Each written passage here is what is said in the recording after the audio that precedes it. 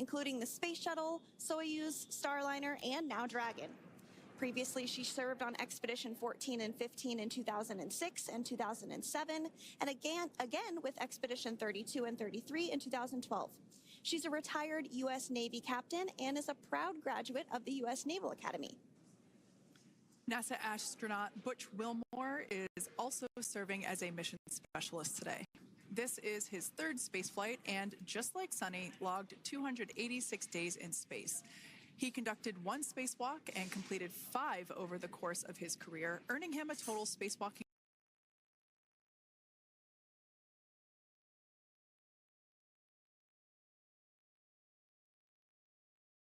on STS-129 in 2009 and Expedition 41 and 42 from 2014 to 2015. Wilmore is also a retired captain in the U.S. Navy. And Aleksandr Gorbunov is a third mission specialist serving on today's mission. Crew 9 was his very first spaceflight to the space station, earning him a total of 171 days in space over the course of his career. Gorbunov, along with Nick Hague, saw the arrival of 4 visiting vehicles and saw the departure of 4 as well. The duo orbited the Earth more than 2,700 times during their mission. Before his cosmonaut selection in 2018, Gorbunov worked as an engineer for a rocket space corporation and helped support cargo spacecraft launches from the Baikonur Cosmodrome in Kazakhstan. To prepare for upcoming events, Dragon is currently doing a couple of things autonomously. First, it's isolating the thermal control system fluid loops from the radiator. This system is what will help keep the internal temperature of Dragon very comfortable for Nick, Suni, Butch, and Aleksandr during the re-entry phase. Dragon is also initiating separation of the claw mechanism, which will terminate data, power, and fluid connections between the spacecraft and the trunk in preparation for that trunk separation that I mentioned earlier. Now, as we saw before, we are hoping to get more views inside of the Dragon capsule. We will bring those, of course. We want to see more of our 4 crew members. But now a bit more of the Dragon Freedom capsule. It has flown on several missions for NASA. It first launched April 27th, 2022. To the International Space Station on NASA's SpaceX Crew 4 mission. It was subsequently used for 2 private spaceflight missions to the space station for Axiom Space, Axiom Mission 2 in May 2023, and Axiom Mission 3 in January of 2024. And of course, Crew 9 launched last year, is September 28th. So yeah, it would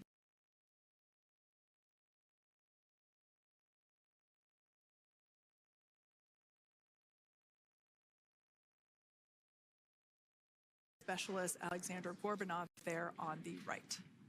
That's right, Kate. And the next major milestone that we're looking ahead towards this afternoon is claw separation. We're targeting that claw separation at 2:05 p.m. Pacific time this afternoon, so less than 10 minutes from now. Continuing to get some views inside Dragon Freedom. To the far left there is NASA astronaut Butch Wilmore, and as you can see, the crew is suited up in their space suits. They are suited up in what we call dynamic phases of flight. So when they launch, when they dock, when they undock, when they return back for splashdown. We might hear some call-outs on the loops about putting their visors down. That will happen just prior to deorbit burn. And you'll hear us pause when some of those communications happen. That's because we want to make sure that we are relaying the best information to you all, and so that you hear it as well.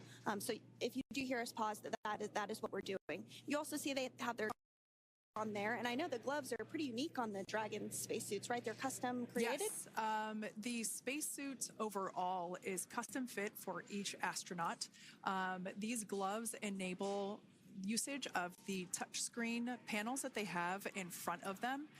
We can't see it from this view, but that view we saw earlier between Aleksandr Gorbunov and Nick Hague, that is a touchscreen. It allows the crew to monitor everything that Dragon is doing, along with those tablets that they have there on their legs. So yeah, the spacesuit itself is intended to act as a mini spaceship, if you will, as once the the visors are closed, it is able to maintain a pressure in the unlikely event of a depressurization event for Dragon. So there we can see those screens I was talking about. So there in the center, we've got the location tracker, as well as on the left-hand side, it's mapping out the operations that Dragon is executing. The crew has to remain well informed of all these things that Dragon is doing autonomously. That basically means that Dragon is flying itself.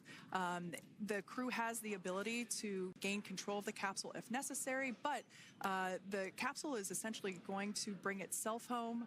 But of course, in order to be familiar with Freedom, SpaceX, deorbit sequence start in 5 minutes.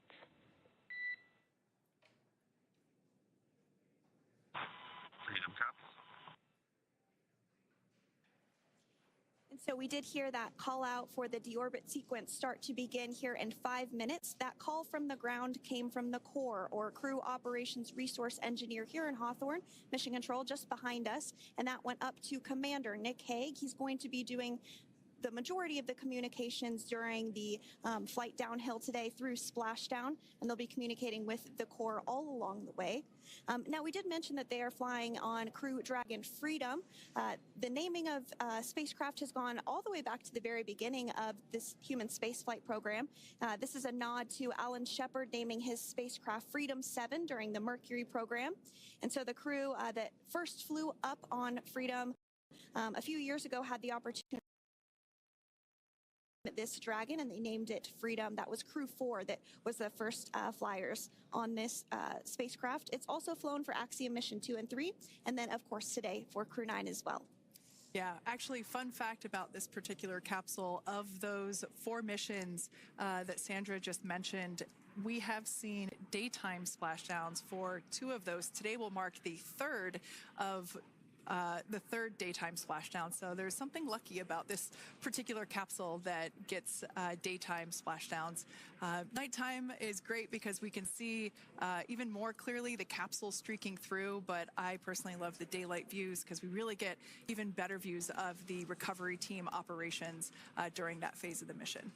Yes, absolutely. And if you follow along with our missions, you'll know that sometimes weather is a watch item when it comes to undocking and splashdown. We do splashdown in the water, so we want to ensure that parameters like wave heights and wind speeds and precipitation, lightning, all of that is looking good for the crew and the safety of those recovery personnel. And today the weather is just pristine. We got off of space station on the very first attempt.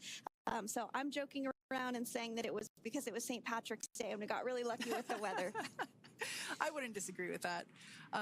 Speaking of weather, we will be hearing from core probably around 2:20-ish.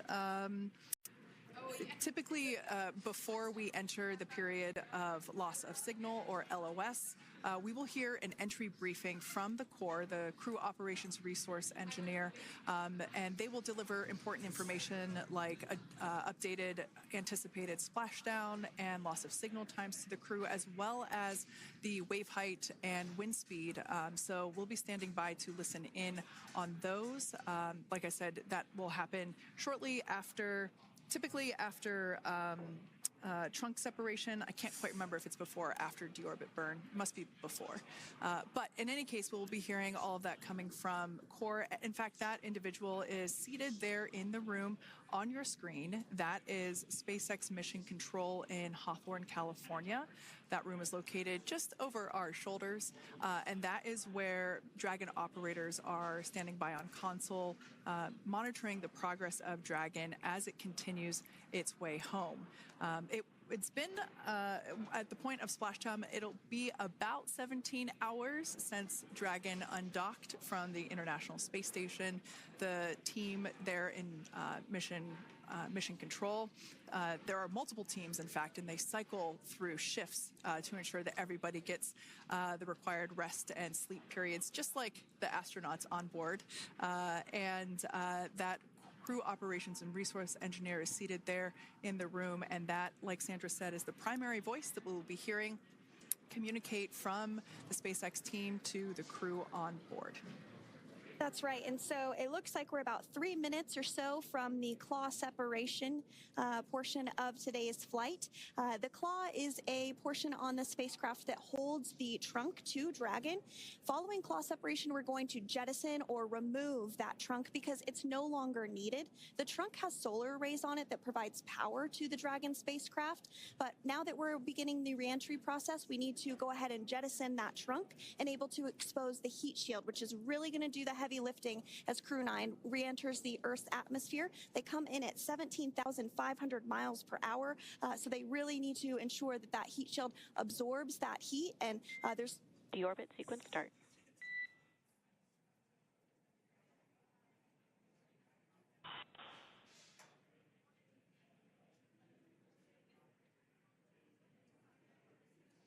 And so we did just get communications there that the deorbit sequence start has begun. So here in just a couple minutes from now, we expect to hear information or a call back about the claw separation having begun. And again, that kicks off that trunk separation portion that I was discussing to remove that, expose the heat shield, and then eventually we'll have the deorbit burn, and we'll continue to walk you through all of these milestones as we approach them ahead of our splashdown at 2:57 p.m. Pacific time this afternoon off the coast of Tallahassee, Florida. Yeah, we're very excited to bring the Crew 9 crew home.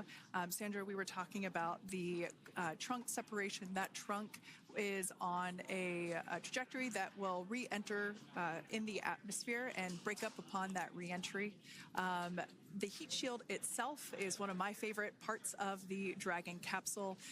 It is the workhorse of the re-entry phase. It will work to protect the Dragon capsule and the crew members on board during the re-entry phase as the temperatures outside of the capsule build up to, I believe, about 3,000 degrees Fahrenheit in excess of. And meanwhile, the interior of Dragon stays a very comfortable temperature. That heat shield does a lot of the work, and we'll see that plasma build up on the exterior of the capsule. As a result of the plasma that builds up, we will lose communications with the crew. This is known as loss of signal, or LOS. This is roughly a 10-minute period on average, even less than. I believe today it is probably about 6 or 7 minutes long. It kind of depends on the mission, and it happens for every Dragon capsule that re-enters the atmosphere. Due to that plasma buildup, we're not able to communicate or command the capsule, so we stand by while we wait to regain communication after we pass through that period of loss of signal and get what's known as AOS, or acquisition of signal. Continuing to stand by for claw separation, and then we'll look towards trunk separation. It'll be just about a minute or so after that. That happens pretty rapidly in succession. Some of our milestones will take a little bit longer throughout the day. For example, we will have a deorbit burn after that will take about 7.5 minutes and helps get Dragon set up in the right trajectory to splash down in the Gulf off the coast of Florida. So continuing to stand by for claw separation.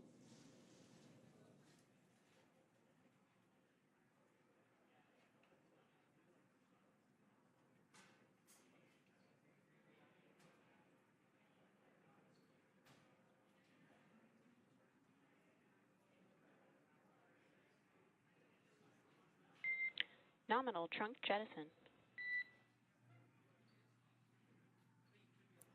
All right.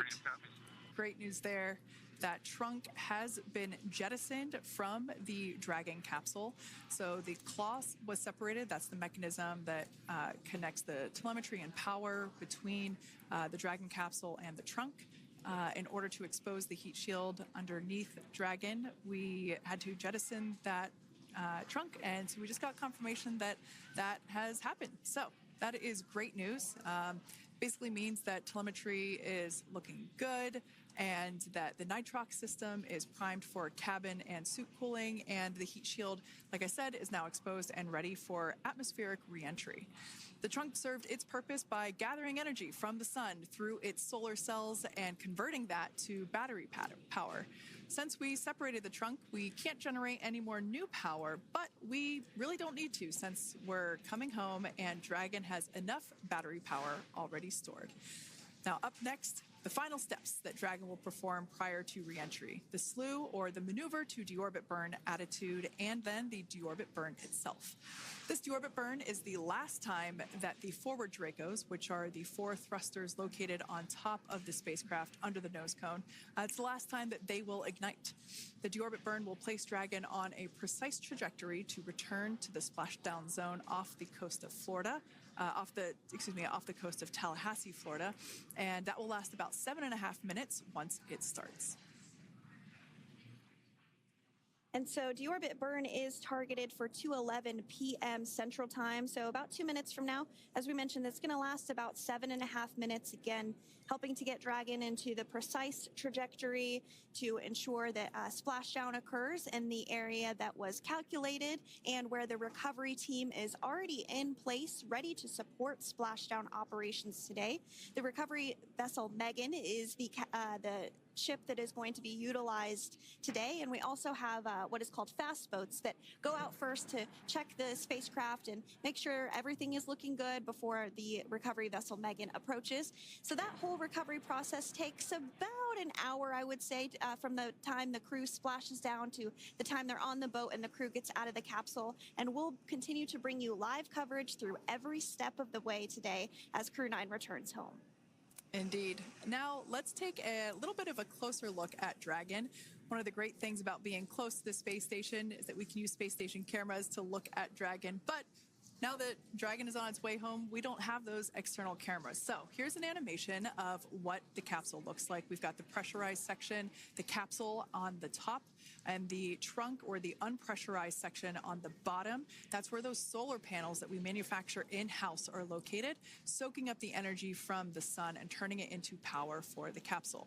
At the very top of the capsule is the nose cone. That is where the Dracos, the forward Dracos, are located. That nose cone is currently open, not closed like we saw in that animation. Once we get through the final maneuverings for the re-entry phase, we will close the nose cone capsule just before Dragon begins its atmospheric entry to protect that forward hatch there located along with those forward Dracos. So go ahead. Oh, that's right. I was going to mention that the nose cone does open shortly after launch, and it remains open the entire time that Dragon is docked to the International Space Station. So as an example for this particular spacecraft, Freedom, since September when it docked to the International Space Station, remains open that entire time, and here shortly it will close for the very first time since September. So quick recap of what Dragon has done in recent history here. We basically began preparations for re-entry known as the deorbit sequence. So Dragon released the trunk. As we said before, we separated the claw, we released the trunk. It next will slew to the deorbit burn attitude. Slew basically meaning maneuver, so it will position itself correctly to execute that deorbit burn. We want the heat shield side to be facing forward, or first, if you will. We want that to be the leading edge of the Dragon capsule, as that heat shield is meant to basically be an ablative material for the heat that it will incur. Once we complete that deorbit burn attitude slew, we will initiate the deorbit burn itself. That will last for several minutes, expecting that to be to start here any moment now, actually, and then it will go until about 2:18 p.m. Pacific time or 5:18 p.m. Eastern time. And I did hear confirmation that that deorbit burn is underway. As we mentioned, it's about a 7.5-minute burn. So within the last 10 minutes, Dragon has jettisoned its trunk and initiated the deorbit burn just seconds ago. As mentioned earlier, for those operations, NASA and SpaceX closely coordinate with the United States Coast Guard to establish a safety zone to ensure public safety and for the safety of those involved in the recovery operations, as well as the crew on board the returning spacecraft. Multiple notices are issued to the mariners in advance of and during recovery operations, and Coast Guard patrol boats are deployed to discourage boaters from entering the spacecraft, the splashdown zones. So we do want to stress to the public the need to respect this safety zone. Recovering a spacecraft from the water is a hazardous operation, and any other boats interfering increases the risk to not only the astronauts in Dragon, but the teams working to recover them from the water and the safety of those that may come too close. So for the safety of the crew, which you see there on your screen, your safety, we recommend you sit back and watch as we'll continue to bring you the best possible views of our astronauts' homecoming. Yeah, as I mentioned earlier, this deorbit burn is the last time that we will utilize our 4 forward Draco thrusters. Forward basically meaning at the top of the Dragon capsule. Dragon Freedom has not yet entered the Earth's atmosphere. This deorbit burn is what will line the vehicle up and put it on its final trajectory to the landing site right off the coast of Tallahassee, Florida. So basically, it is the last burn that the Dragon spacecraft executes and is what really locks it in for that precise landing. As you can see on your screen right now, Nick, Suni, Butch, and Aleksandr are using their screens to keep tabs on the burn duration, the Draco firings, and trajectory details such as entry angle, spacecraft perigee, and how much distance remains until deorbit burn termination. As I mentioned earlier, Dragon is flying itself. So all the crew has to do is stay strapped into their seats and keep tabs on things. Although I must say, if I had one of those window seats, it would be pretty difficult to restrain myself. Now, with Nick, Suni, Butch, and Aleksandr ready to deorbit and splash down back on Earth, they will be heading to one of 8 targeted sites supported by SpaceX and NASA. All of these sites are located off the coast of Florida, either in the Gulf of America or the Atlantic Ocean. Spreading the supported sites across multiple locations helps maximize the return opportunities for this mission and future crews, lowering the chance that we'll have to wave off due to bad weather. For those of you following along, you'll know that today's splashdown marks our final Dragon recovery on the East Coast. After 6 great years of successful recovery operations off the East Coast, we'll be moving all Dragon recovery operations back to the West Coast. And as always, NASA and SpaceX jointly select our splashdown location. And for today, the prime recovery site is off the coast of Tallahassee, Florida. The selection process works with a lot of different variables, including the space station's orbital trajectory or path that it follows, what landing sites are available and have favorable weather, how much free flight capability Dragon has for the trip home, and the sleep schedules for the returning crew members, as well as, of course, the big one, the weather. We'll start with calculating daily return options based off of the space station's current orbit and Dragon's capabilities to maneuver and line up for re-entry. The time from undock to landing at the primary site can vary from less than 6 hours to more than 39. Getting home the quickest comes with some obvious benefits, but we always have to make sure the crew is properly rested for dynamic operations, preventing us from scheduling 20-plus hour days for them, of course. Trajectory and ballistic experts provide the daily opportunities that would line up Dragon with the 7 landing zones and split them into what we call ascending and descending opportunities. Dragon uses its Draco thrusters after leaving station to execute a series of altitude-lowering maneuvers and to line up with the selected primary site. It can also change to different alternative sites while in a free flight if sudden weather moves in that we may need to avoid. So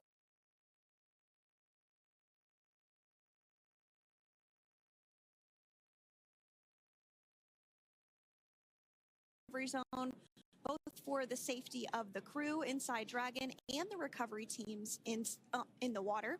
And we're also looking for wind speeds to be less than 15 feet per second, or about 10 miles per hour, and relatively calm seas so that we can safely execute recovery operations, which includes landing a helicopter on the recovery ship to fly Nick, Suni, Butch, and Aleksandr back to Florida. Once Dragon began flying today, we had a number of additional checkpoints to either proceed towards the primary site, head to the alternate, or select a new zone based on real-time weather data. These checks happened all the way up until we were in the final hours before the deorbit burn, which has just about a minute or so left in it. And this is the last burn in the trip home that commits Dragon to re-entering the Earth's atmosphere.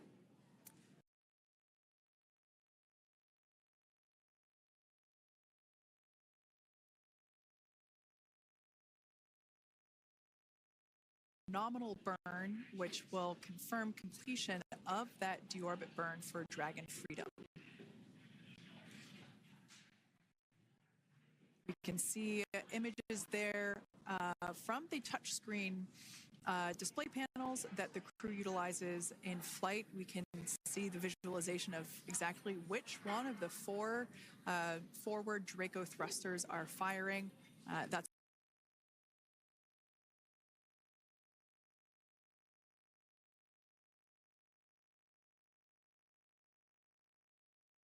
of the Dragon Freedom. On your left is Commander of Crew 9, Nick Hague. To his right is Roscosmos cosmonaut Aleksandr Gorbunov, and also in Gorbunov, excuse me, that is Aleksandr Gorbunov.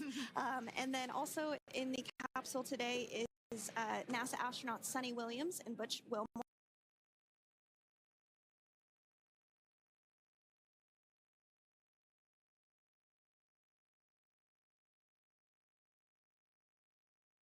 Nominal. Nose cone closure initiated. Freedom copies. all right, excellent news there. We heard the words we were looking for, nominal burn. So that means that that deorbit burn was successful and nominal, meaning as expected. And we're now beginning to close the nose cone in preparation for atmospheric reentry.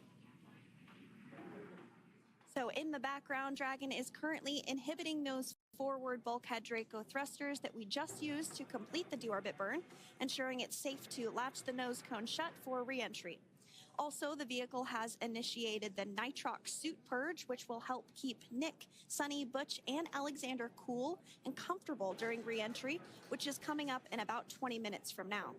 At this point, the nose cone is closing and protecting the forward hatch for reentry, and the crew are using their screens to continue to monitor the locking of the nose cone, which is done by a set of hooks. And as we mentioned earlier, that nose cone has remained open since September, so this is the first time it's closing in a few months. Yeah, that's absolutely right. Now, we will be expecting, as I mentioned before, an entry brief from SpaceX Core. Again, that's the crew operations resource engineer who is seated in that room that you see there on your screen. That entry brief will provide updated times for anticipated splashdown, as well as the loss of signal or period of LOS. And that briefing will also give us information such as wind speed and wave height at the expected splashdown location. But all in all, everything has been great today. All events have been executed on time as expected, and we are looking forward to a splashdown of the Crew 9 crew at about 5:57 p.m. Eastern Time or 2:57 p.m. Pacific Time. Between now and then, things are going to start moving quite quickly. In fact, if anything, this will have seemed like the slower part of the reentry phase. We're going to go through, like I said, that period of loss of signal or LOS. That period is a few minutes long where we are unable to communicate or command the capsule due to the plasma that builds up on the exterior of the capsule. That period, like I said, lasts for a couple minutes.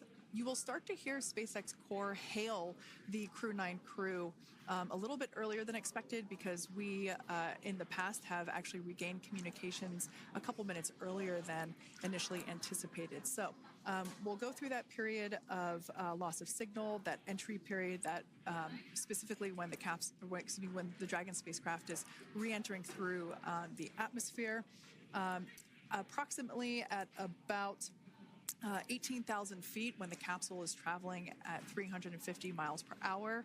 We will see our first views of parachutes for the day. It's one of my favorite moments of return sequences, is when we get to see the drogue parachutes. We'll see the drogues come out. Those drogues will help slow the vehicle down to about 119 miles per hour.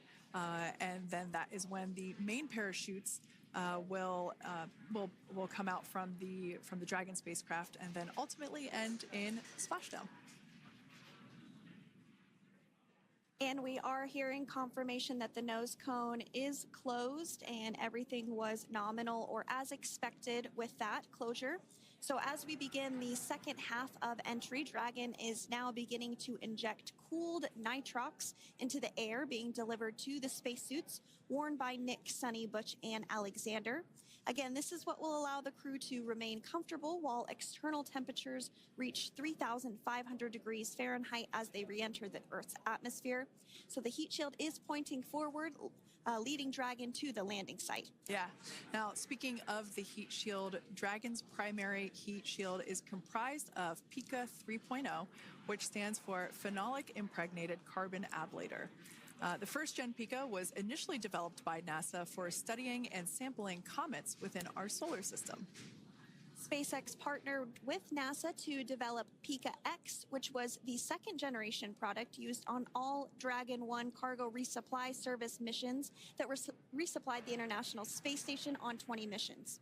PICA 3.0 was developed specifically for use on Dragon 2 crew and cargo, with enhanced structural and thermal capabilities that allowed the heat shield to be even more effective in the way that it utilized the ability to make that heat ablate as it goes through the Earth's atmosphere.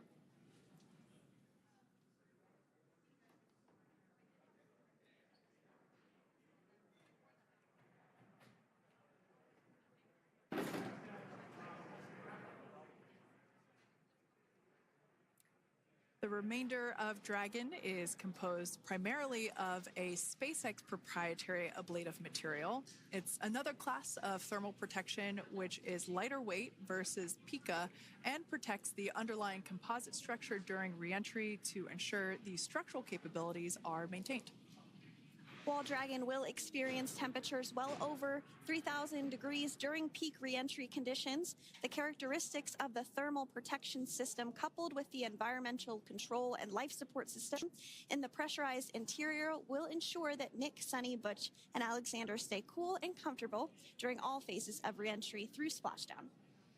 Now, if you've just recently joined us, we hope to regain views of our crew members inside Dragon Freedom, but we don't have those available at the moment due to ground station coverage. So we will bring those back to you as soon as we can. Now, after Dragon Freedom has re-entered the Earth's atmosphere, a series of parachutes will deploy to slow the crew's descent. First will be the 2 drogue parachutes, followed by the 4 main parachutes, and those will guide Dragon to its first contact with Earth since it launched back in September. Dragon will automatically deploy these parachutes when different pressure and positioning sensors on the spacecraft detect that they're at the right speed and altitude. Vehicle velocity at drogue deploy is approximately 350 miles per hour, and they deploy at about 18,000 feet. Now, when the vehicle velocity at main deploy is approximately 119 miles per hour, and they deploy at about 6,500 feet. When Dragon splashes down in the water, the vehicle velocity will be about 16 miles per hour, so you can really see how those parachutes help to slow down the crew inside the capsule. The highest G load the crew is expected to experience today is about 3 to 5 Gs. Yeah, when you think about really fun roller coasters. They're about in that range. So I'm sure that our crew on board will be well equipped to experience those Gs. It's nothing for them. They go through much more intense training. And so we are continuing to make our way through a number of milestones today. We did have trunk separation. Freedom, SpaceX. Nose cone is secure for entry. Freedom copies.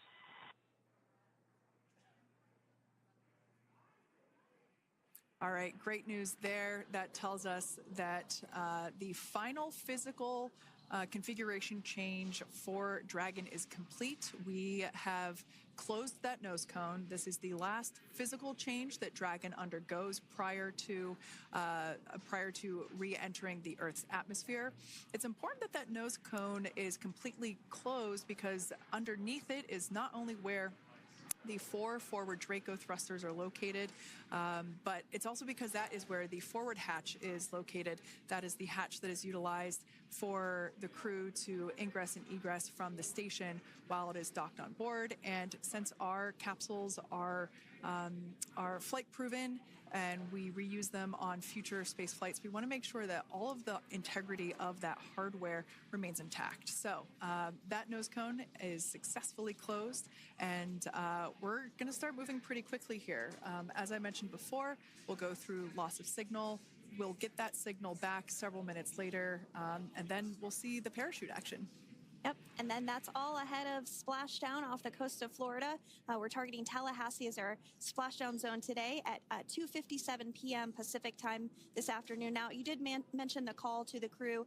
They'll do some additional calculations following that burn and potentially let us know if that splashdown time has changed at all. But right now, we are continuing to target 2:57 p.m.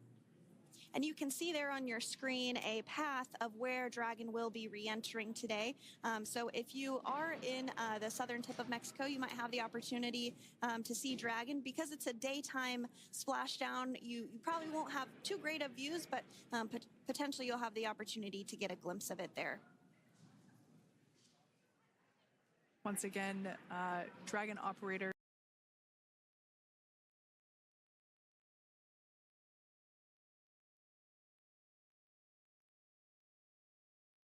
operations and resource engineer is seated.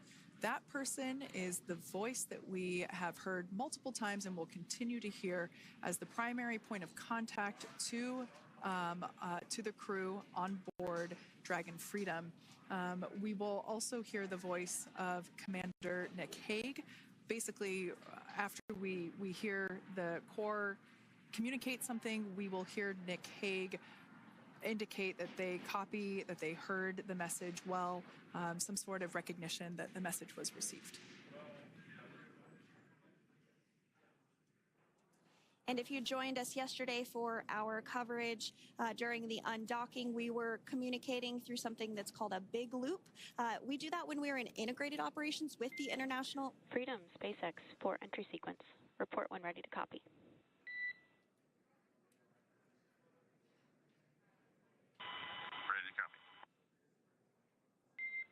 All right, I've got some updated times for you. Our comm blackout start time is 2144. Our comm blackout end time is 2151. And our splashdown time is the same per your displays, 2157.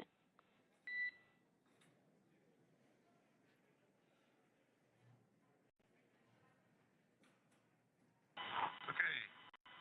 Understand comm blackout start 2144. Stop 2151, splashdown per display. That's a good readback.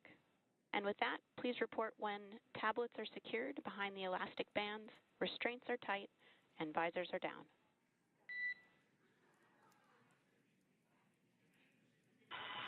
And copy, Wilco.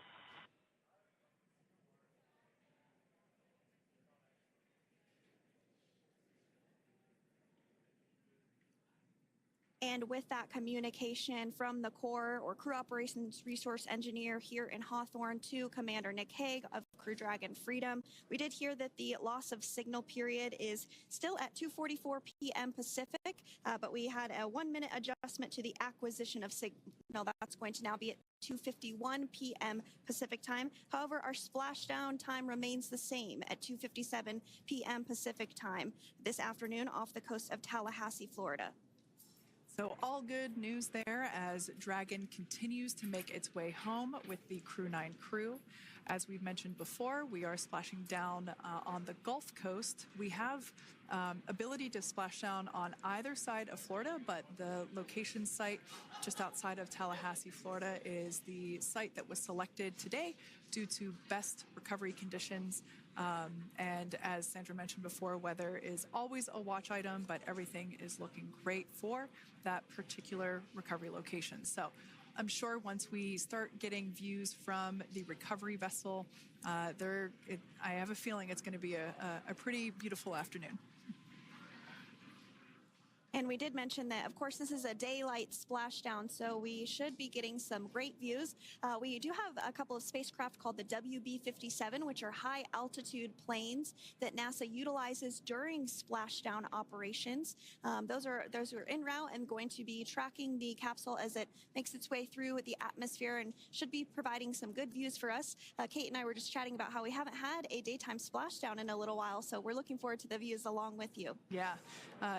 Nighttime views are also great because we can see that capsule streaking through the night sky quite brightly. So like Sandra, you said earlier, daylight will be a little bit less bright, but we will definitely be able to see the SpaceX recovery team operations much clearer. I could also imagine it's probably a little bit easier for the team themselves to do their work in daytime than at nighttime. We'll see them rush in really quickly with a couple of fast boats as they begin the initial safety checks and sweeps of the Dragon capsule, while also retrieving the parachutes from the surface of the ocean. The recovery vessel, the main recovery vessel, will continue to make its way closer to the Dragon capsule. It is stationed a couple miles away from the actual recovery location, the splashdown location, for obvious safety purposes. So it takes a little while for that vessel to make its way over, but once it's closer, we'll have even better views of those recovery operations. And you may be wondering why sometimes we splash down in the daytime versus the nighttime. And believe me, we would all love for these operations to happen during regular daytime working hours. But unfortunately, orbital mechanics just doesn't quite work out that way. So it has to deal with the location of the International Space Station, as well as where the splashdown zone is on Earth and that trajectory, as well as the phasing. So as we mentioned earlier, sometimes we have phasing as short as 6 hours, sometimes in excess of 30+ hours. It just depends on where the targeted area is that the capsule is going to splash down. So today's phasing has been 17 hours since undocking occurred at 10:05 p.m. Pacific yesterday evening for us here in Hawthorne. Early wee hours for folks on the East Coast and other areas of the United States. Yeah, but regardless of whether it's daytime or nighttime, the SpaceX recovery team has trained and practiced and rehearsed for it all. So regardless of daylight, they are really efficient with those operations. And but like you said, Sandra, it has been a minute since we have seen a daytime splashdown on a NASA SpaceX Crew mission. The last daytime recovery was on Crew 4, which was the debut flight for the capsule flying today, the spacecraft known as Dragon Freedom. And so yeah, kind of a fun fact there in terms of the timing of that daylight splashdowns. Once again, standing by for more communication with the crew. The next event that we have coming up is the start of that period known as loss of signal. That is the period still expected at 2:44 p.m. Pacific time.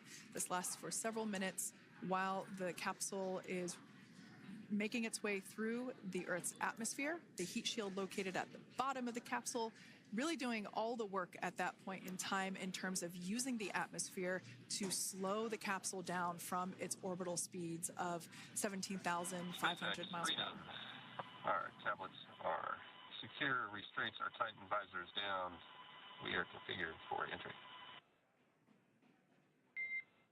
Freedom, I copied. Tablets are secured, restraints are tight, and visors down.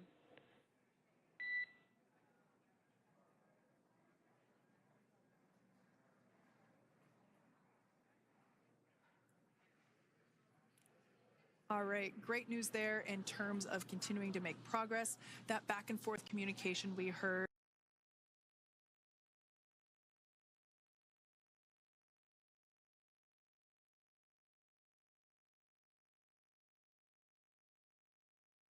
tablets that were located on their legs, those are now stowed away. They've tightened that safety harness that we see there, and the visors are now down. So with all that being said, let's take a minute to meet our returning crew. U.S. Space Force Colonel Nick Hague is your Crew 9 commander. He was selected by NASA as an astronaut in 2013.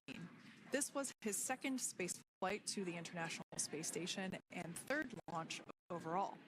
He spent 171 days in space with Crew 9 and has a career total of 374 days in space. During his mission, he completed a spacewalk with astronaut Suni Williams. That was his fourth spacewalk, earning him a career total of 25 hours, 56 minutes of spacewalking time. Before Crew 9, Hague previously served as a crew member of Expedition 59 and 60 back in 2019. He flew with Ovchinin and NASA's Christina Cook. So this is his second time sharing the space station with Ovchinin. The Kansas native is a test pilot and distinguished graduate of the United States Air Force Academy. Nick spent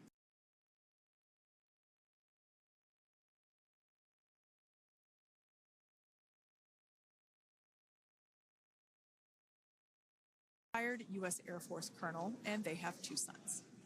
NASA astronaut Suni Williams is a mission specialist for Crew 9.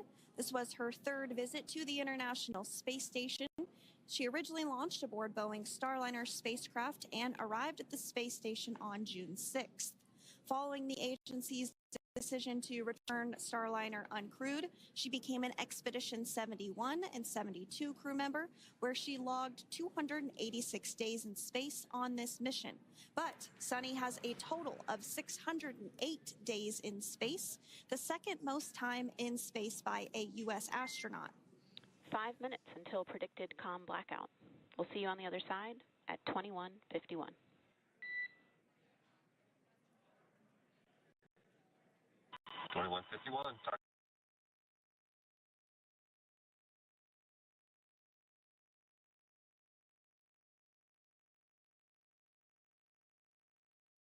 That everything is looking good ahead of the loss of signal period.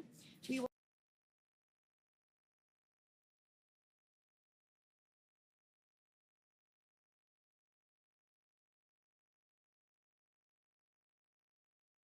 (108 days in space, the second most time in space by a U.S. astronaut.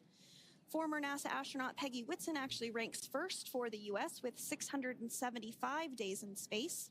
Suni conducted 2 spacewalks and has completed 9 over the course of her career for a total of 62 hours, 6 minutes of spacewalking time. She ranks 4th on the list of cumulative time spacewalking by a female astronaut, and she has flown on 4 different spacecraft types, including the Space Shuttle, Soyuz, Starliner, and now Dragon. Previously, she served on Expedition 14 and 15 in 2006 and 2007, and again with Expedition 32 and 33 in 2012. She's a retired U.S. Navy captain and is a proud graduate of the U.S. Naval Academy and to run a marathon in space. Pretty awesome stuff. Now, NASA astronaut Butch Wilmore is also serving as a mission specialist today. This is his 3rd spaceflight and, just like Suni, logged 286 days in space. He conducted 1 spacewalk and completed 5 over the course of his career, earning him a total spacewalking time of 21 hours and 2 minutes. He's flown on 4 different spacecraft types throughout his career: the Space Shuttle, Soyuz, Starliner, and now Dragon. Previously, the Mount Juliet, Tennessee native served on STS-129 in 2009 and Expedition 41 and 42 from 2014 to 2015. Wilmore is also a retired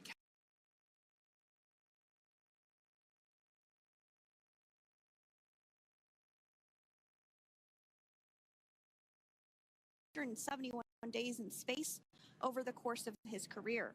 Gorbunov, along with Nick Hague, saw the arrival of 4 visiting vehicles and saw the departure of 4 as well.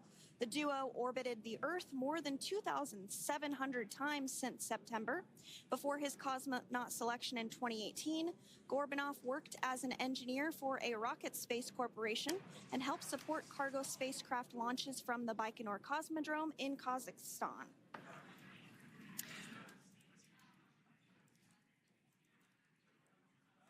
So if you are just joining us, we are continuing to bring you live coverage of Crew 9's return to Earth following their mission aboard the International Space Station, where they completed science and research investigations. We are targeting splashdown off the coast of Florida at 2:57 p.m. Pacific time. The next major milestone that we'll look ahead towards is what we call loss of signal, or LOS, when we won't have communications with the crew because they will be re-entering the Earth's atmosphere. And during this process, there is plasma that builds up around that heat shield, so we are not able to communicate with the crew, but we are anticipating to regain communications with the crew at a short time from now at 2:50.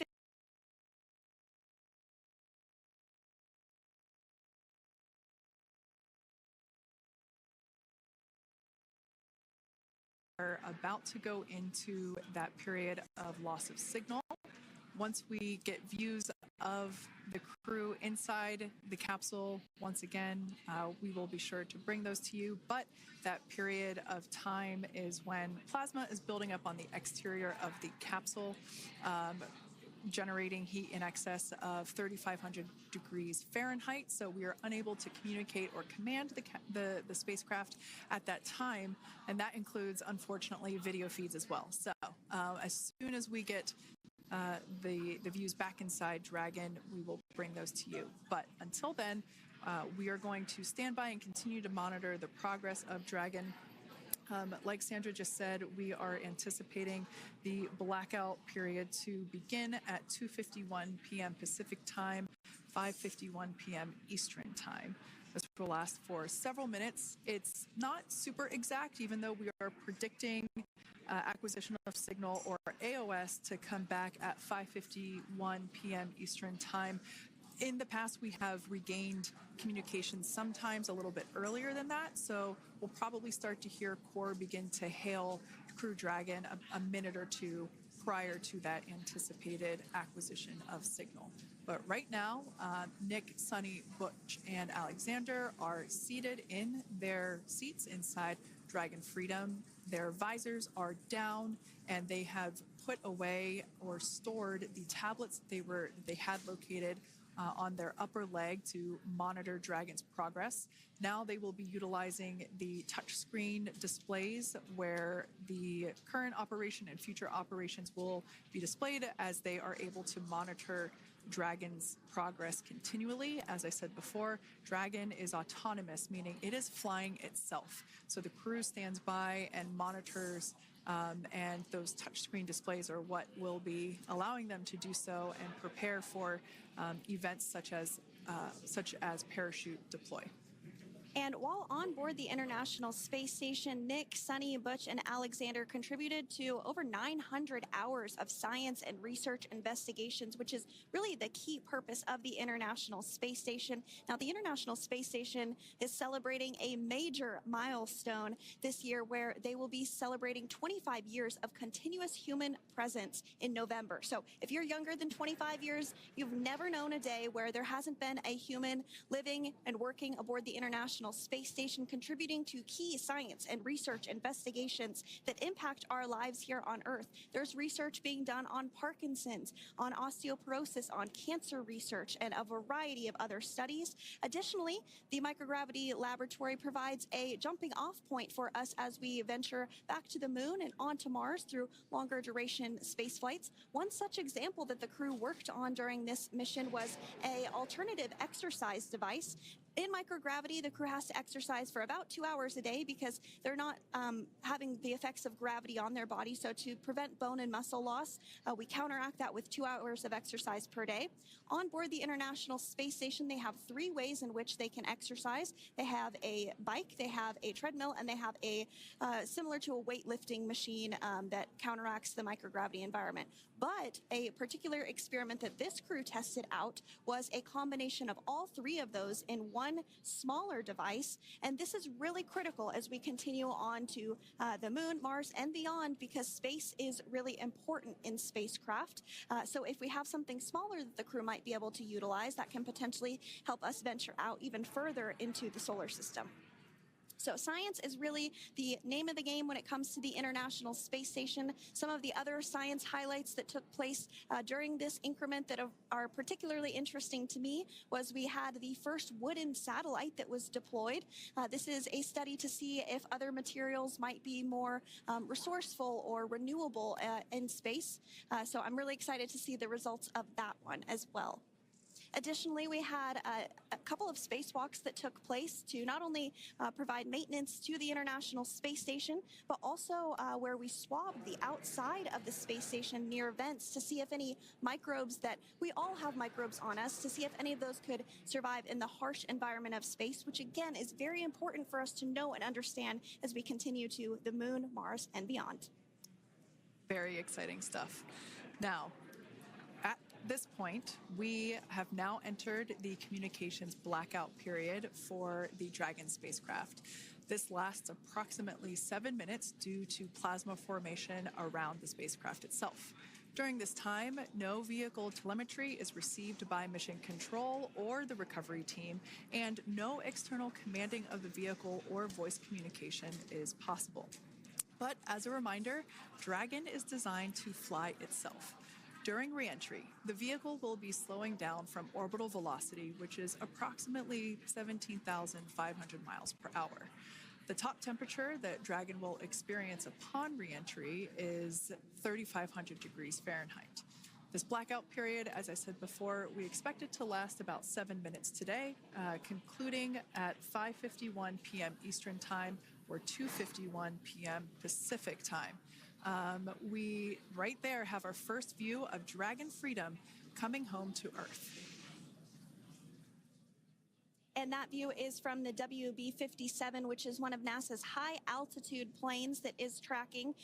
Now, because of the way that this camera is configured, it does look like it is dark, but it is indeed daytime, and you're beginning to see that plasma trail as Dragon re-enters the Earth's atmosphere. All of that is expected. We are anticipating an acquisition of signal around 2:51 p.m. Pacific Time, so just minutes from now, and you may hear the core begin to hail out or call Dragon for communications and see if we can potentially get communications with them a little bit earlier.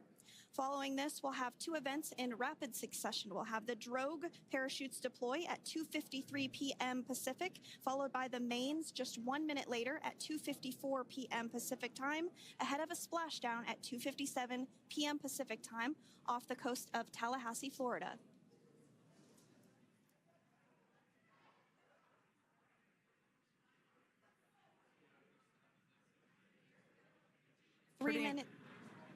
Pretty incredible views of the Dragon spacecraft making its way home back to planet Earth with the Crew 9 astronauts on board. Once again, this view is coming from the WB-57 plane. That heat shield we can see doing magnificent work as it works to Freedom, SpaceX, Comcheck.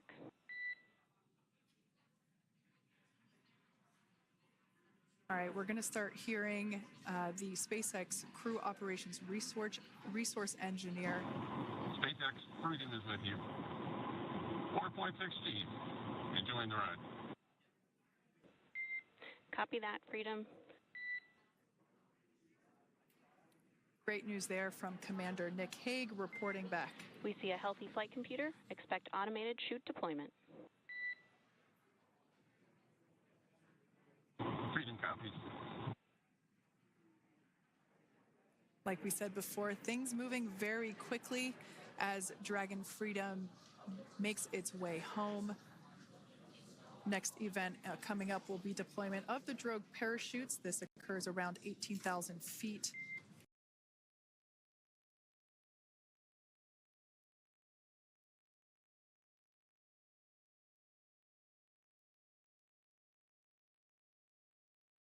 We're about 2 minutes away from deployment of those drogue parachutes.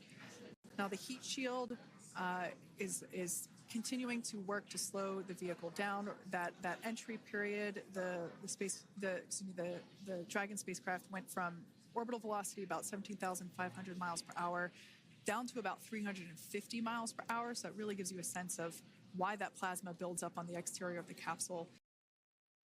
Thanks to the heat shield and the work that it does, those drogue parachutes will slow it down from 350 to about 119 miles per hour. We can see 15 kilometers. Brace for drogue window. We can see seat rotation happening inside the capsule. Great to get those first views of our crew members. Once again, the capsules are going about 350 miles per hour when the drogues are deployed. Those drogue parachutes that we manufacture here in-house are going to slow the spacecraft down to 119 miles per hour. And that is when we will see the main parachutes deploy, and that occurs about 6,000 feet above the ocean's surface. And we are expecting drogue deployment at 2:53 p.m. Pacific, so we should see it any second now. And there you are getting a great view of Crew 9 inside Dragon Freedom as it returns back to Earth. We are awaiting the drogue deploys. This view coming from the WB-57 high altitude plane. And there you see it on your screen, drogue deployment. Drogue descent rate nominal. You can hear the crowd here. Visual on 2 healthy drogues. The crowd here very excited as Dragon Freedom continues to make its way back to planet Earth.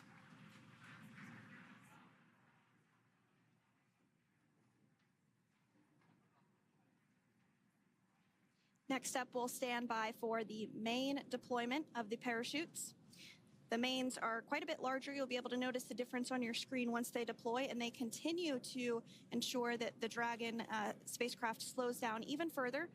As we mentioned, Freedom will be traveling 16 miles per hour when it splashes down off the coast of Tallahassee, Florida, here at 2:57 p.m. Pacific time this afternoon. And there we go. We have visual on 4 healthy mains.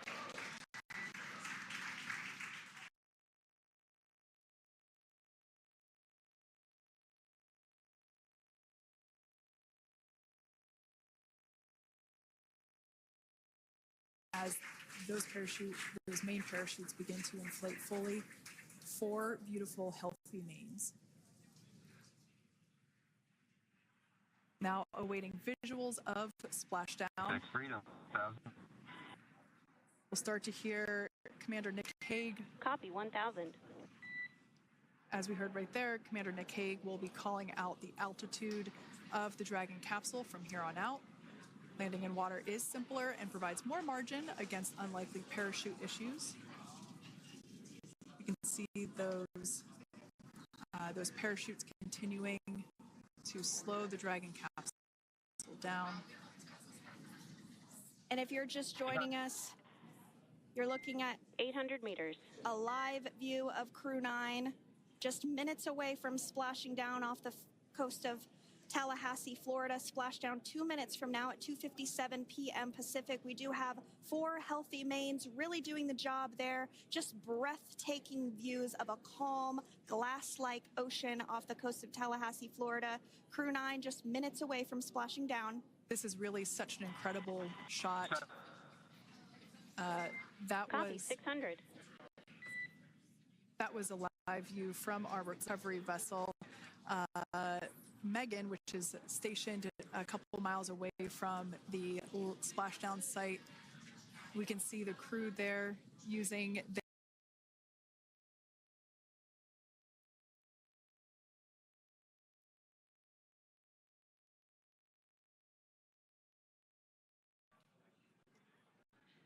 This is a gorgeous bluebird day here that we have for the splashdown of Crew 9. It's incredible to think that the Dragon capsule just minutes ago was going over 17,000 miles per hour and now gently coasting to a soft splashdown. 200. Copy, 200 meters. Brace for splashdown.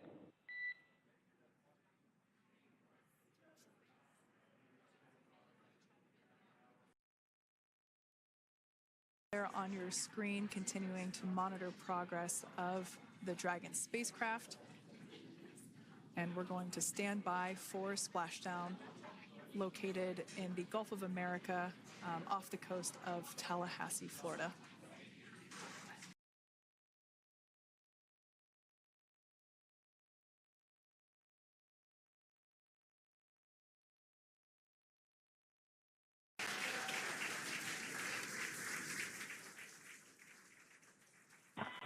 And SpaceX Freedom, splashdown. Good main release. Copy, splashdown. We see main chutes cut. Nick, Alex, Butch, Suni, on behalf of SpaceX, welcome home.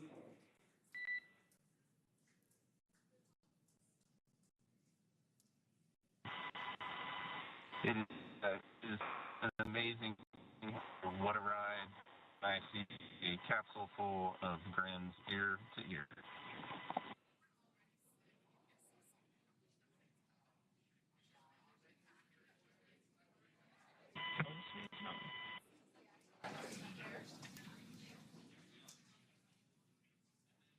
And as you can see on your screen, we have visual confirmation of splashdown.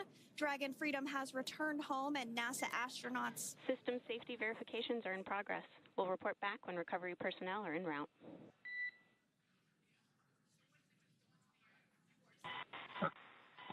Understand. And, we're in section 2, 4.800 landing response. And looking for your word on if it is necessary.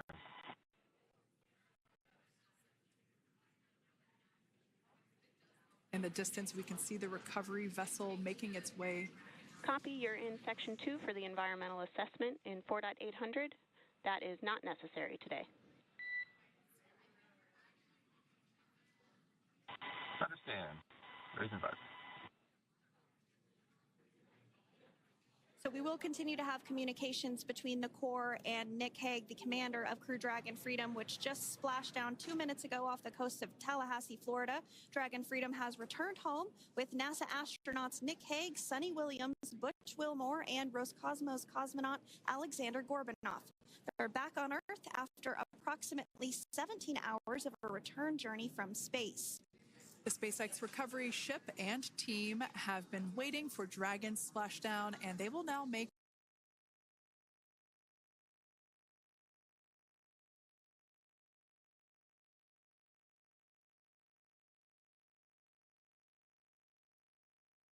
We see the same. It's going to take about 30 minutes for the recovery team to make their way over to Nick, Suni, Butch, and Aleksandr, who are still seated and secured inside that Dragon spacecraft there on your screen. Incredible views there of that thermal protection system, or TPS. That Dragon capsule was pristine, white color before it departed the station, and we can see how the reentry phase, the thermal protection system did its job.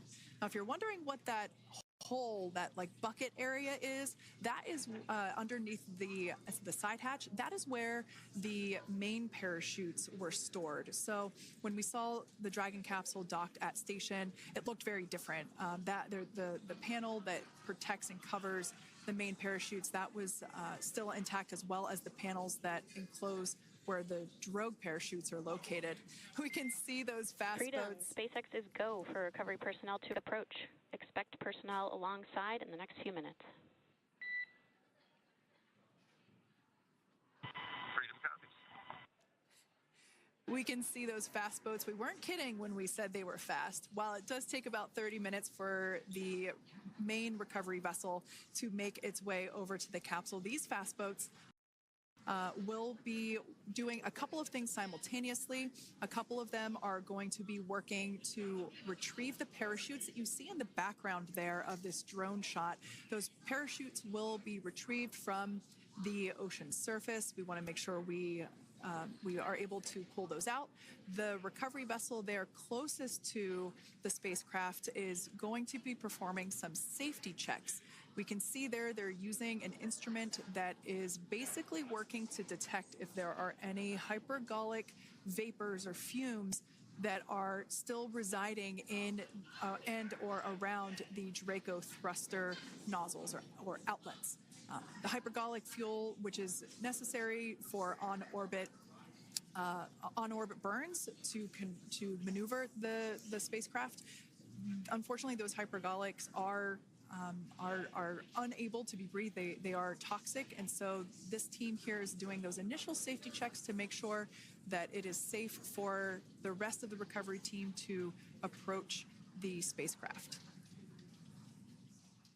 They're also checking to make sure that any residuals from the pyros are safe and are not going to cause any issues. We can see the team working their way around the spacecraft to do these basically these sniff tests on all of those Draco thrusters.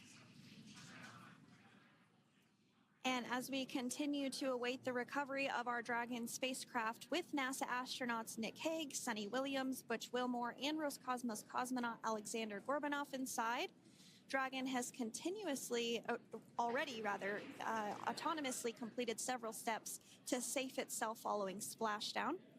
We are continuing to see Dragon in what is known as stable 1 configuration. That's kind of the ideal configuration following splashdown. It's upright, and the Dragon capsule is in the right configuration for it to be hoisted into the recovery vessel Megan, which you do see a little ways off in your screen approaching. Dragon will continue to remain live on air with you through that recovery process, all the way through the point where the crew is extracted from the Dragon spacecraft.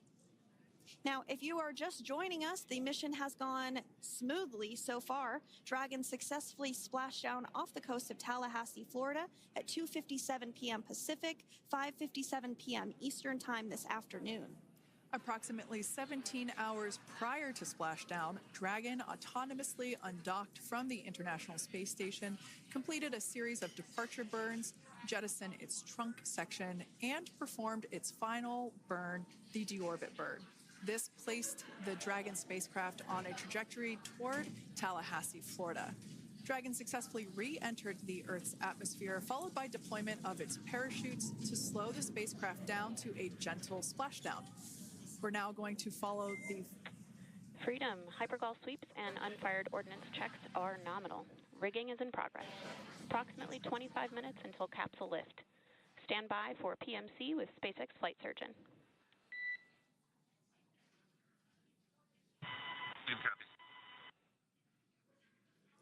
And so what we did just hear there was communications that those hypergol checks were complete. They didn't find any of that upon those checks, so we'll continue to move through the timeline. Next up is a process called rigging, which you see happening right now on your screen. This is when a SpaceX recovery personnel actually works to climb aboard the capsule and work through procedures ahead of lifting onto the nest of the recovery vessel Megan. We heard it's going to be about 25 minutes or so until that lift actually takes place.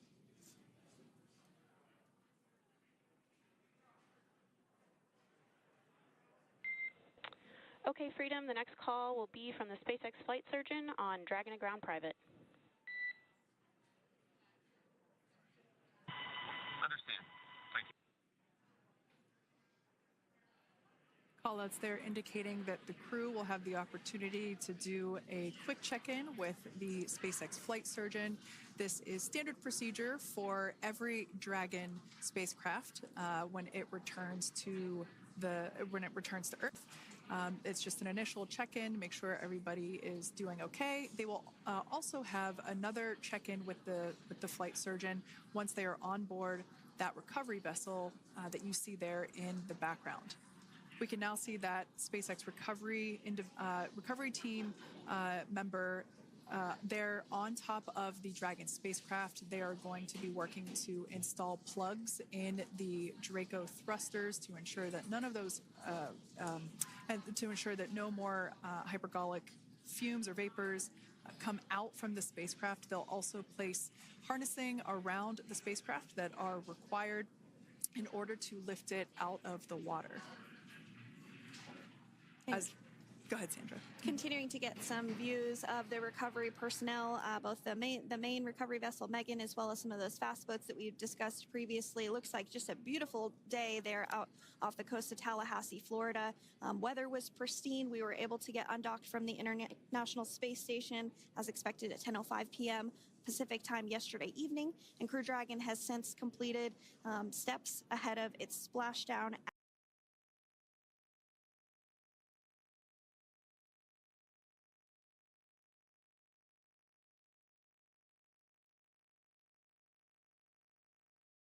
And you did see some of the parachutes that were near the spacecraft. Upon detection of landing, Dragon automatically releases those main parachutes to prevent wind from pulling the spacecraft. Dragon then automatically safes any pyrotechnics that may still be present on the vehicle and may automatically perform additional minor system reconfigurations.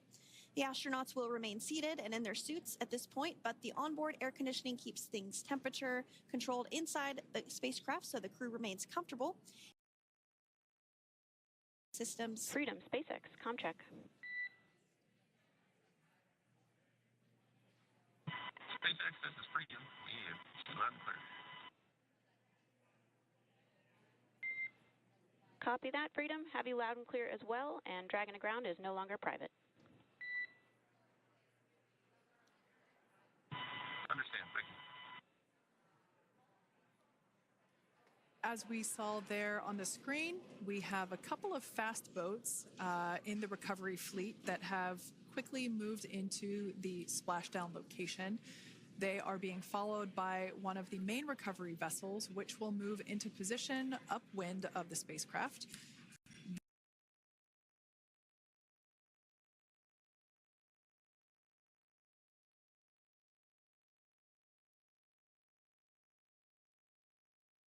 Vapors, and this ensures that it is safe for the recovery vessel to approach Dragon.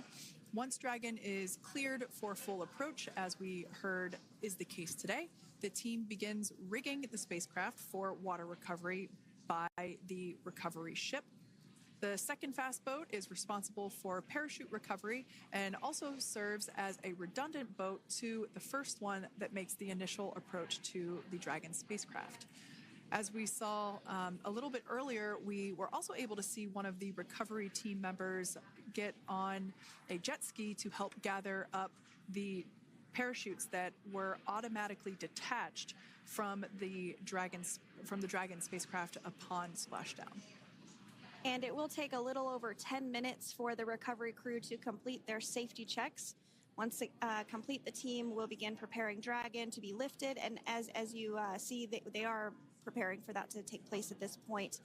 As part of the preparation for this lift, one member of the recovery team has climbed on top of the spacecraft already so they can attach Dragon's hoist rings and connect to the lifting lines. It will take us less than an hour to raise Dragon to the recovery boat and remove the crew from the spacecraft.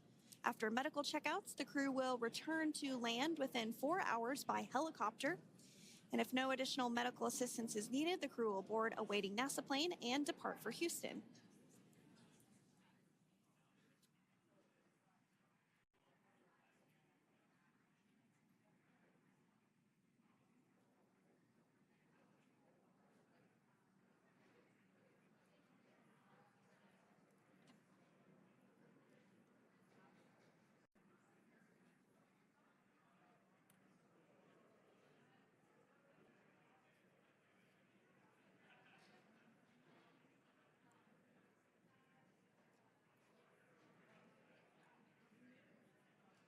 And as we continue to await Dragon to be hoisted up onto the ship, we have a very special treat. NASA Public Affairs Officer Jaden Jennings, who is actually on the recovery vessel and had a bird's eye view of the splashdown today. Jaden, how are you? How was the view from the recovery vessel? Hi, Sandra. How do you hear me? I've got you loud and clear, Jaden. It's so great to hear you. Awesome. So splashdown, Sandra, was nothing Freedom, short of be advised. spectacular. We are transitioning the forward link. Comm will be unavailable for approximately 5 minutes. Freedom comes.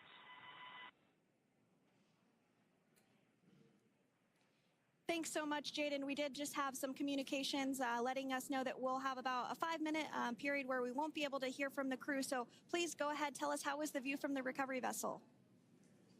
Absolutely. Yeah, I was mentioning earlier, splashdown was nothing short of spectacular. And we were stationed about 1.5 nautical miles away from the splashdown zone and had great visuals here on the recovery vessel.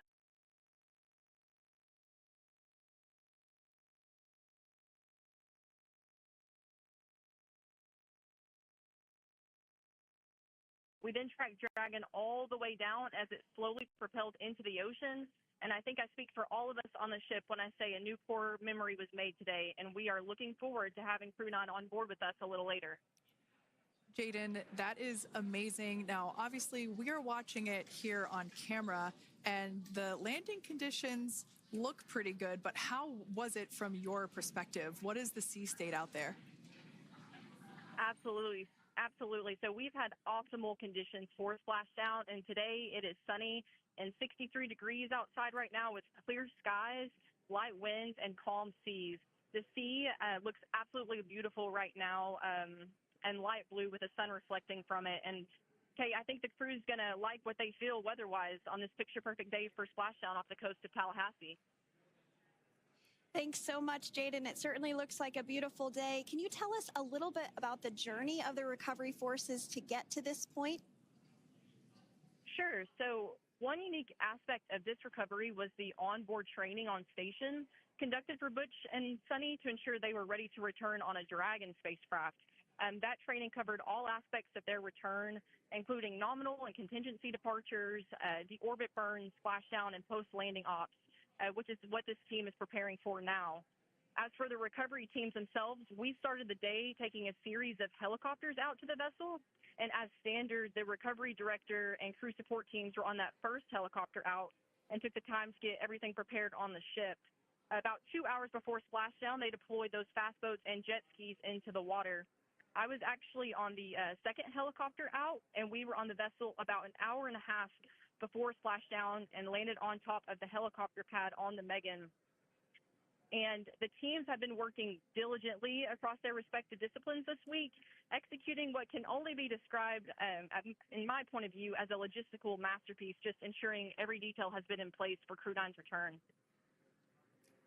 That is such great news. I'm so glad that you're able there to experience it in person. Now, can you tell us a little bit about what's next to retrieve the crew for the recovery personnel on board? Yeah, Kate. So coming up next, Dragon will be hoisted into the on-deck translation system, or the nest, at the aft end of the ship, and then will be translated pretty quickly towards that egress platform. We'll perform another series of safety checks as final precautionary measures just to make sure there are no hypergolic vapors present before opening that side hatch. And then once that side hatch of the spacecraft is open, the crew will be assisted out of the capsule one by one from NASA and SpaceX. Freedom, SpaceX, comm check.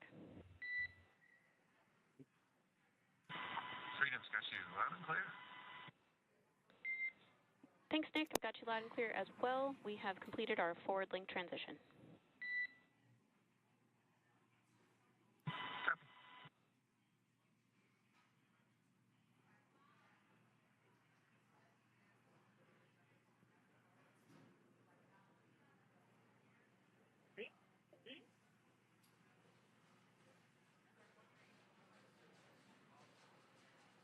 And Jaden, if you did just want to go ahead and let us know what is next to retrieve the crew, we are continuing to get some great views on our screen, but I know you have an even better view yourself.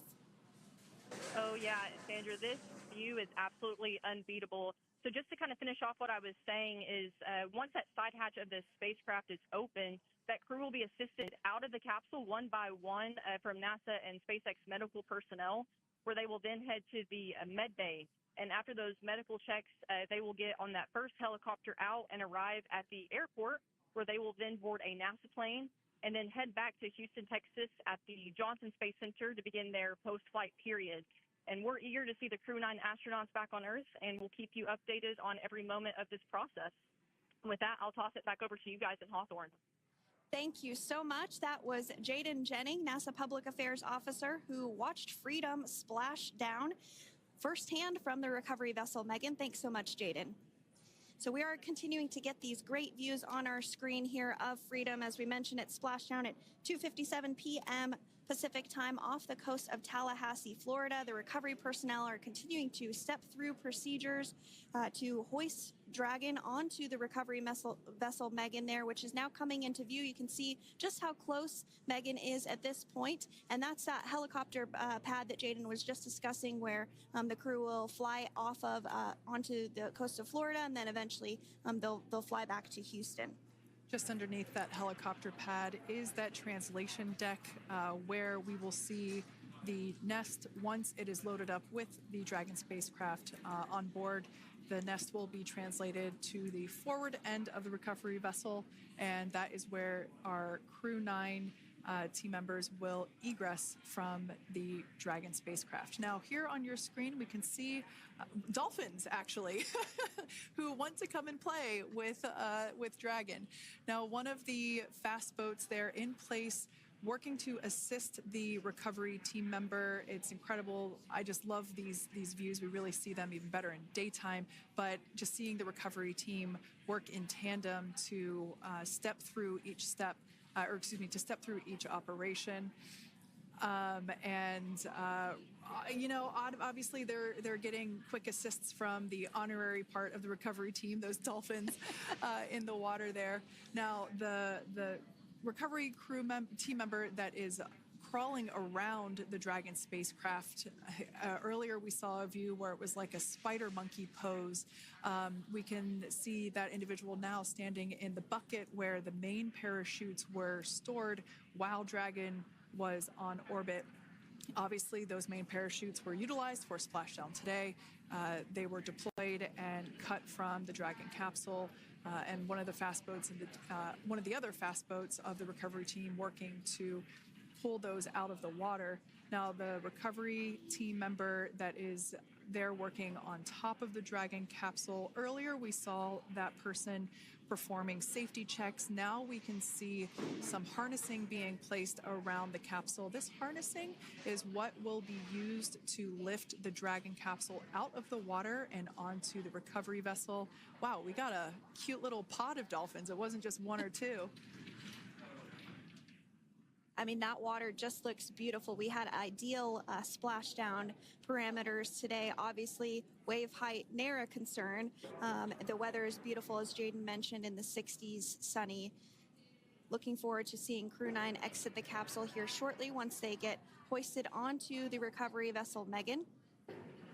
We can see that recovery vessel slowly but surely closing the distance there between, dolphin cam back again. We can see that the Dragon capsule and the recovery vessel, that distance is closing. Again, this is just one more step as we continue to work recovery operations for Dragon Freedom, and we anticipate the lift of the Dragon capsule to occur here in just a few minutes. Now, once all of the rigging is on the capsule and it's hooked up to the recovery vessel, we will see the hydraulic arm, which is that kind of like bridge-like structure there at the aft end of the recovery vessel. We'll see that articulate backwards, and that's a good sign that we're getting even closer to pulling the capsule out of the water. It will then move forward and The capsule will be placed inside of what you can see there is basically a basket. We call it the nest, dragon nest, where that's where the capsule will be placed in order for it to be translated to the forward end of the vessel and for the astronauts to egress. And before that does take place, we'll have potentially views of the rigger go ahead and jump off of the spacecraft there.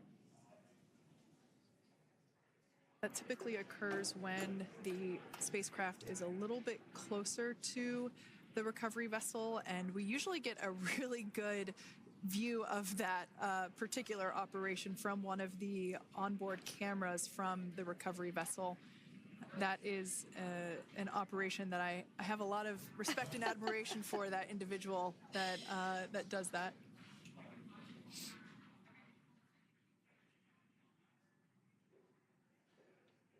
So again, Dragon continuing to get closer and closer to the recovery vessel, Megan.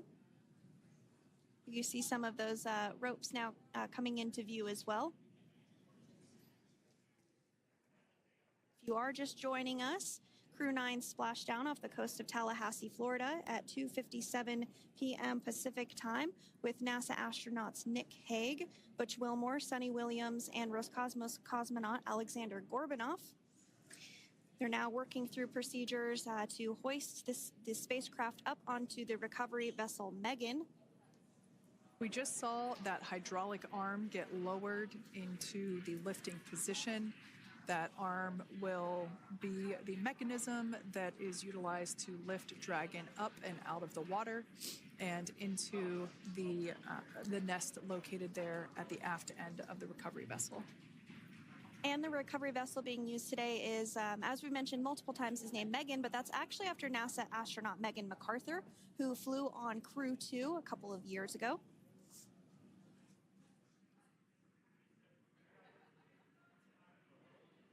We're getting some views now from actually inside the boat. Yeah, you're exactly right. This view is straight down the recovery vessel. That platform that was closest to the camera, that is the egress platform. Freedom. Rigging is almost complete. Approximately 5 minutes until capsule lift. Great news there from SpaceX Crew. So about 5 minutes left until we see Dragon Freedom get lifted out of the water. That hydraulic arm, as I said before, is the mechanism that will lift it. It's quite swift, actually, the whole process of getting the spacecraft. Brace for capsule lift. Bracing. There it goes, Dragon Freedom being lifted out of the water and onto our recovery vessel, Megan.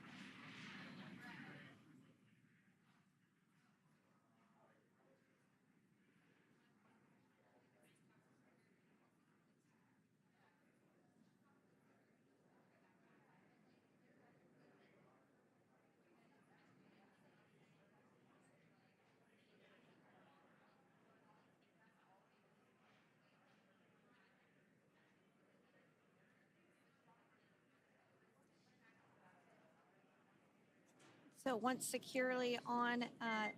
Welcome aboard the recovery vessel. Recovery personnel are completing final checks and stand by for translation to the egress platform. Freedom copies. Great news there, letting us know that Dragon Freedom has been successfully recovered from the water's surface. If you've just joined us, we had an on-time splashdown at 5:57 p.m. Eastern Time, and we can now see that the water recovery operations are continuing to progress. The nest where the Dragon spacecraft is located is going to get moved forward. This will happen after one of the recovery crew members does some checks, and we'll also see some hosing. Obviously, the spacecraft splashed down in salt water. Salt water is corrosive, and we want to try and rinse out as much of the salt water as possible to reduce that corrosion on the metallic structures. So we can see some guidance there being provided, really steering the spacecraft properly into the Dragon's nest. And it's been 30 minutes since Dragon splashed down, and as you can see there, the spacecraft is already on board the recovery vessel Megan. Things continuing to move very smoothly today throughout the entire operations from the deorbit burn up until this point as well. And Freedom, it looks like the positioning wasn't quite right, so they are working on repositioning the capsule in the nest now. Okay, copy that. Thanks. And with that, the team is just going to adjust the Dragon spacecraft a bit so that it's in the right position ahead of translating up a little bit closer ahead of the side hatch. So the team is now going to step through the procedures to ensure that that takes place. While Dragon does fly itself autonomously, it clearly is unable to park itself autonomously. We want to make sure that the Dragon capsule is properly seated there in that nest.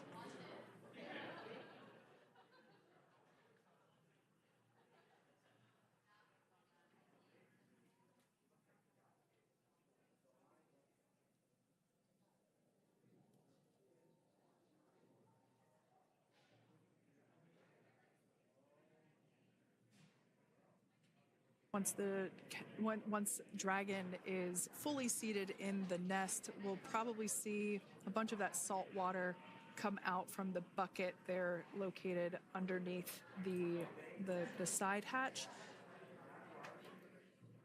See some salt water splash out. As I mentioned before, one of the recovery team members will begin hosing down the exterior of the spacecraft.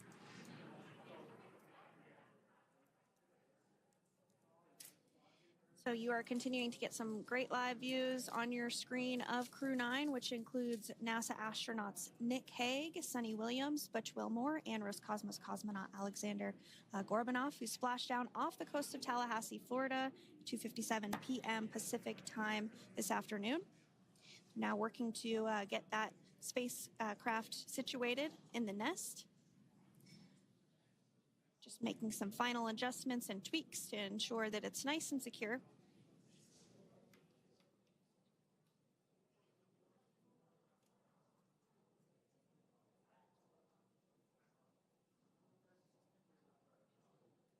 Once the spacecraft is seated and secured and oriented correctly in the nest, Dragon will be moved into the hangar located underneath that helipad that we saw earlier from the aerial views during recovery. All right, Freedom, looks like you are settled into the nest now. Team is working through hypergol sweeps. Copy all.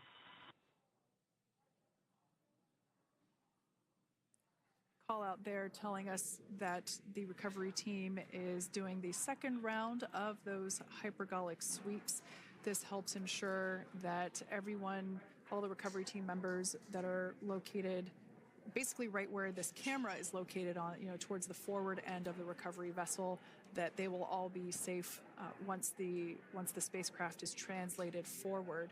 So we're just doing some additional steps to make sure that the hypergolic propellant that is utilized for maneuvering the Dragon capsule while on orbit, making sure that none of those vapors are still present on the exterior of the capsule.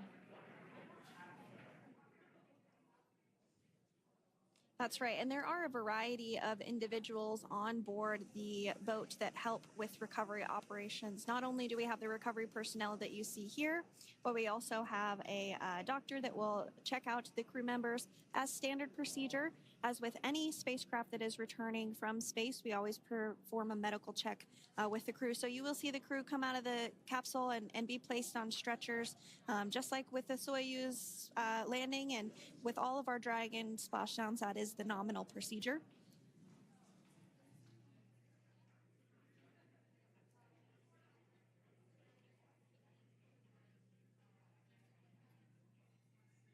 We'll stand by to see Dragon Freedom translate or scooch up a little bit closer to the camera angle that we're seeing right here.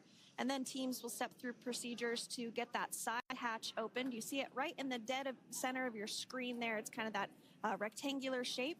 It has not been opened since since Crew 9, which include Nick Hague and Aleksandr Gorbunov, launched back in September from the Kennedy Space Center in Florida. So that will be the very first time that hatch is opened. Once docked to the International Space Station, crew enter through the top hatch, which was where the nose cone is now closed. That's the hatch that they actually utilize to go ahead and get inside the International Space Station.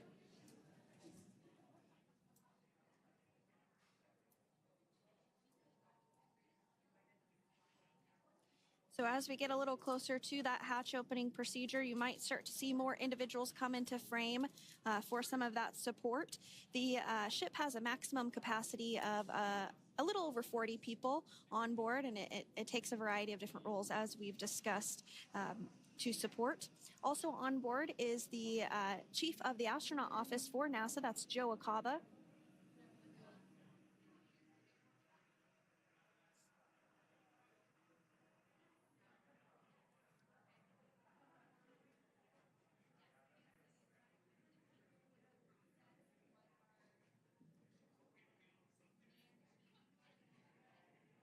Now, while we are standing by for translation of the Dragon spacecraft to the platform there, the recovery platform that we see in the foreground, it is important to note that Nick, Suni, Butch, and Aleksandr will be getting assistance from the recovery teams while exiting the spacecraft. This is the same process for any returning long-duration crew members. As you could imagine, returning to a gravity environment can wreak havoc on our vestibular system, which is responsible for maintaining balance and motion. Of course, safety is our #1 priority with this operation, so we'll see the crew members helped out of the spacecraft one by one, and they will be assisted the few feet to the medical quarters aboard the boat. And on board Dragon are 3 veterans space flyers. That includes Nick Hague, the commander, as well as Butch, Wilmore, and Suni Williams. Aleksandr Gorbunov is completing his very first space flight on this mission, and he completed 171 days in space along with Nick Hague.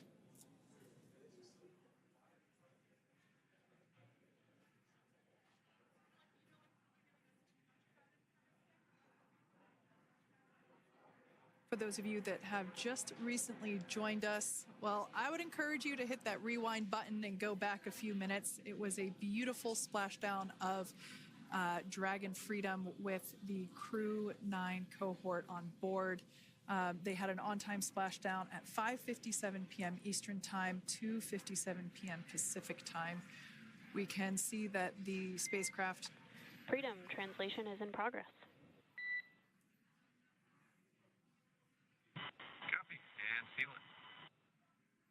We can see that spacecraft was successfully recovered from the ocean surface and is now being washed with fresh water, as obviously they splashed down in salt water. So we're trying to rinse off as much of that salt water as possible. And we can see the spacecraft continuing to move closer and closer to that recovery deck. Freedom, the crew is working on side hatch opening now. Expect hatch open in about 2 minutes. Okay, copy that. And Kira, just wanted to say that you guys, you and the team did an awesome job, both uphill and downhill. Just really, really impressed. Thank you. Thanks, Nick. It's been an honor. This is a pretty exciting moment coming up. We are working to open the side hatch. One thing that may not be obvious from, just looking at the spacecraft here is that this side hatch that we're about to open, the last time it was open was when this spacecraft was at the launch pad. This side hatch is what is used for initial capsule ingress and final capsule egress, but all comings and goings from the spacecraft while it is on board the space station are from the forward hatch, which is located at the top of the spacecraft under that nose cone. So this is a pretty exciting moment because it will be the crew's first breath of fresh air since boarding their ships at the start of their journeys last year. And the very first person that will have the opportunity to say hello to the crew once that hatch is open is a SpaceX medical recovery personnel representative. Then we'll see procedures take place to remove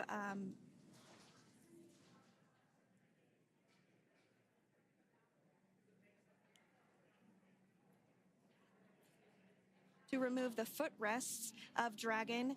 That will just help the recovery personnel get a little bit more room to access the crew and help get them out of the spacecraft.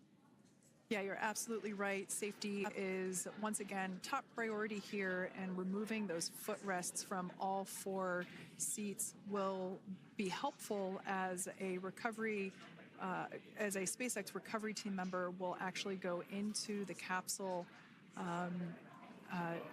into Dragon Freedom to help the crew members unbuckle and stand up, and essentially we'll also see a fun little slide be put in place to help the crew members exit the spacecraft safely. So yeah, we're gonna remove all 4 of those footrests to basically give a little bit more working room inside the spacecraft. That's right, and we did hear the go for that hatch opening, so we're just a couple minutes away from being able to see that, and then we might be able to get the chance to see a couple of views inside of the Dragon and see the crew following their splashdown. Now, opening that side hatch isn't quite like opening, the door to your car. We have to depress the seal around the side hatch, as well as, we'll now see them open that side hatch up.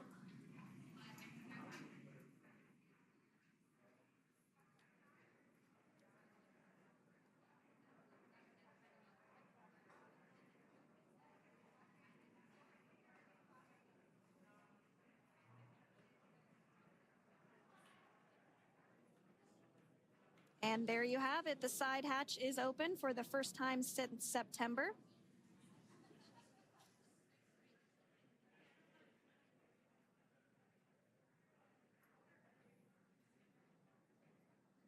We can see some of the protective equipment there that was brought into frame that will help protect the edge of the side hatch, one from any potential damage. Oh, we can see the recovery crew member there taking photos of the side hatch seal. This is part of the standard operation for recovery.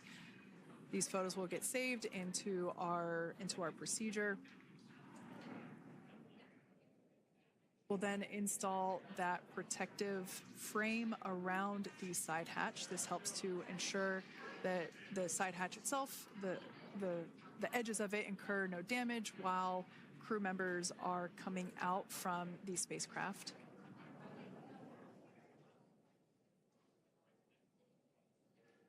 If you missed it, there was also a recovery team member that went inside. So there are now 5 people on board the Dragon spacecraft.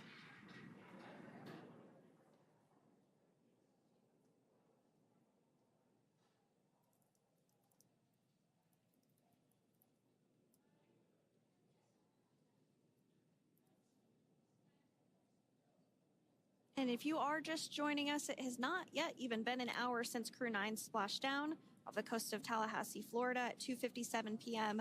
Pacific time. The crew is now on board the recovery vessel Megan, and the hatch is open. The next major milestone that we'll see is when the crew will actually egress or exit the spacecraft. But before that, they'll continue to, the recovery personnel rather, will continue to install that protective area around the hatch and then remove the footrests. So we're a couple minutes away from seeing the crew egress, but not too long away.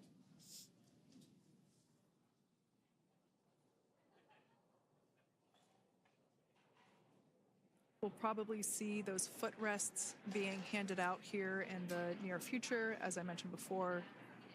Oh, of course, we got to get a well-documented photo of the moment.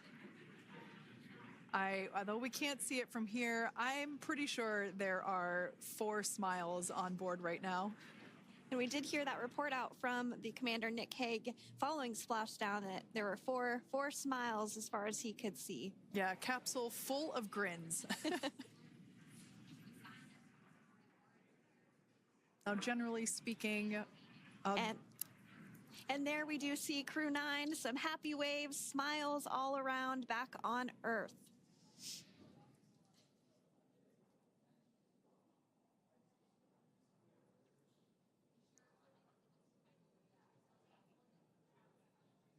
Generally speaking, we have the individuals in the two center seats of the spacecraft exit first. You might hear us refer to this as the exit process as egress. It's just another term for exiting the spacecraft. Generally speaking, we most of the time have the two center seats egress first, as it makes moving around inside the capsule a little bit easier.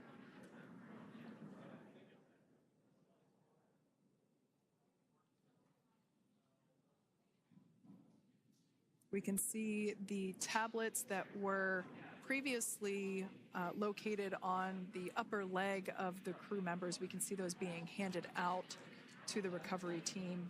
Those were taken off prior to the entry phase, to spacecraft reentry. Those had to be stored and secured prior to dynamic operations.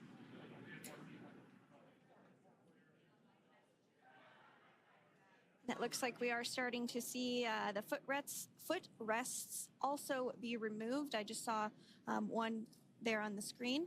There are 4, of course, one for each crew member.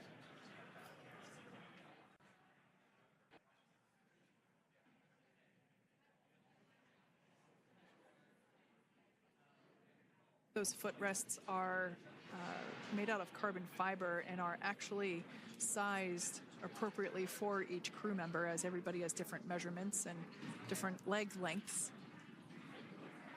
Same goes for the armrests and the bucket length of each seat. We size those appropriately for the crew members and to ensure their comfort and safety.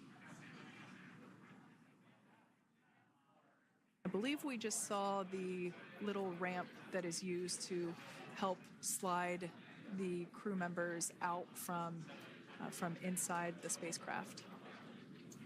And once the crew does exit Dragon Freedom, they will be placed on to a stretcher to go to a medical bay for medical checkouts. This is standard procedure for all Dragon spacecraft flights that splashdown crewed, as well as for our Soyuz spacecraft that land in Kazakhstan.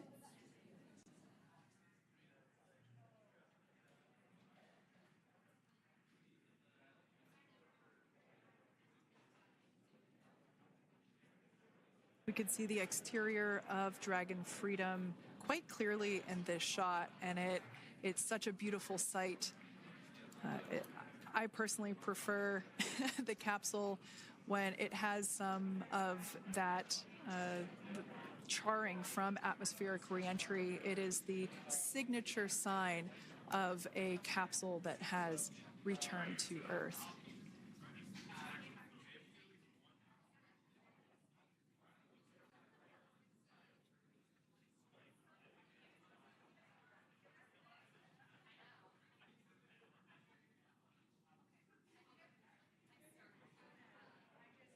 Continuing to stand by for our first crew member to egress or exit Crew Dragon Freedom following their splashdown at 2:57 p.m. Pacific time.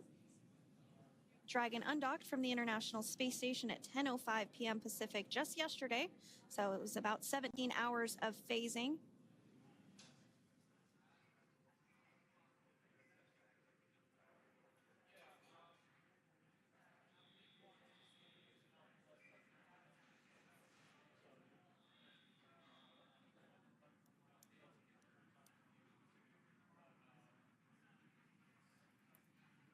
And while on board the International Space Station, Crew 9 contributed to 900 hours of science, over 150 research experiments and investigations. making great use of the microgravity lab of the International Space Station, which celebrates 25 years of continuous human presence this November.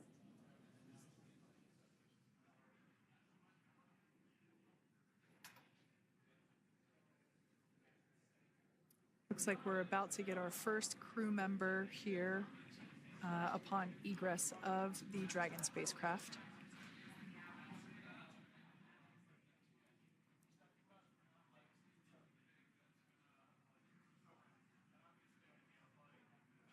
So we are standing by for that egress.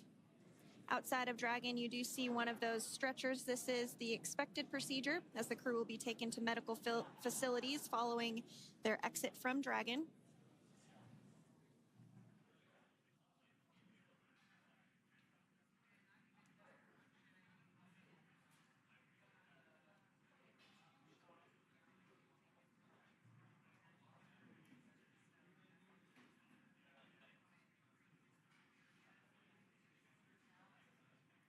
We can see folks on board clapping as our first crew member. And that is NASA astronaut Nick Hague, commander of Crew 9, now out of Crew Dragon Freedom. Some smiles, thumbs up, and a wave. Can't get any better than that. Yeah, that is one happy camper, that's for sure. As we said before, it is standard procedure for all of our long-duration crew members to receive assistance upon egressing from the spacecraft. We basically help them move off of the recovery deck and into the private medical quarters for their initial consultation with the SpaceX flight surgeon. So we'll see that take place for all 4 of our crew members today.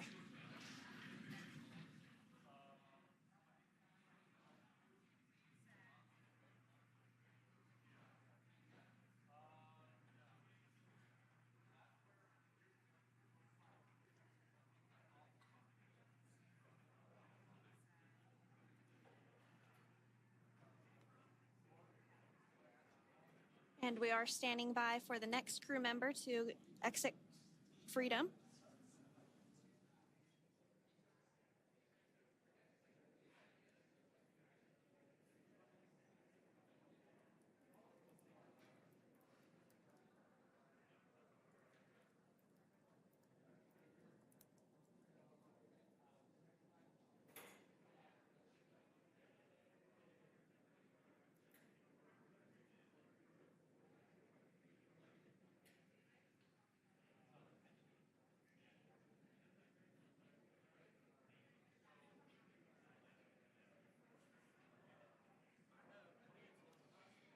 Next up, out of the capsule, we expect Roscosmos cosmonaut Aleksandr Gorbunov.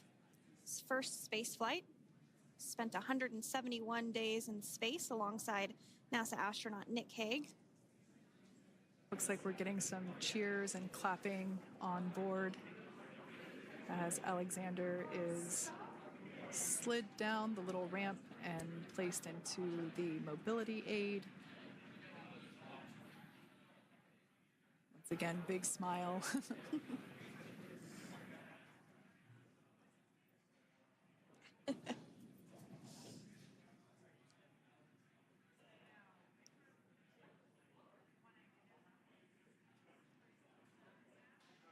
Now, the 2 crew members remaining in Dragon are NASA astronauts Suni Williams and Butch Wilmore. They completed 286 days in space. One of the remaining footrests being removed from the Dragon spacecraft.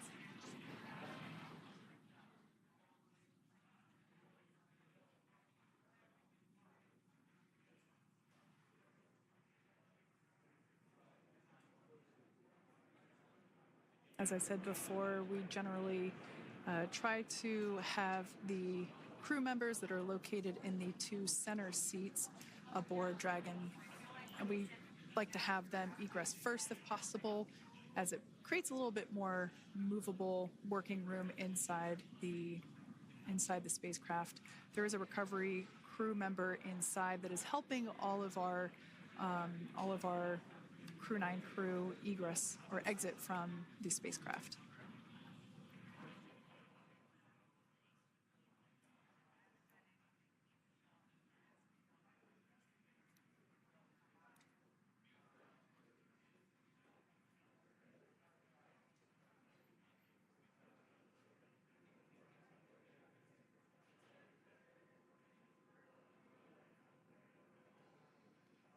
We are standing by for the next crew member to egress or exit Crew Dragon Freedom following the splashdown not even an hour ago at 2:57 p.m. Pacific time.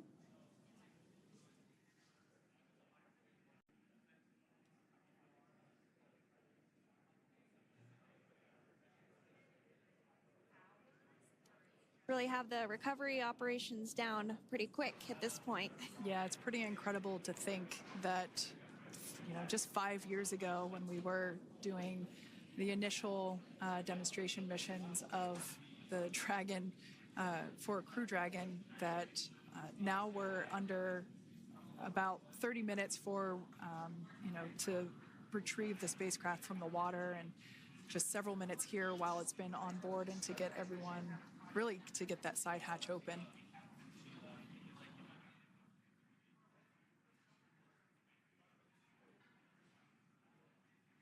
For those of you that have just recently joined, the Dragon had an on-time splashdown. Looks like we're getting our next crew member here. That is none other than Suni Williams. Big smile, big waves. She, like her other crew members, now will be assisted onto the mobility aid.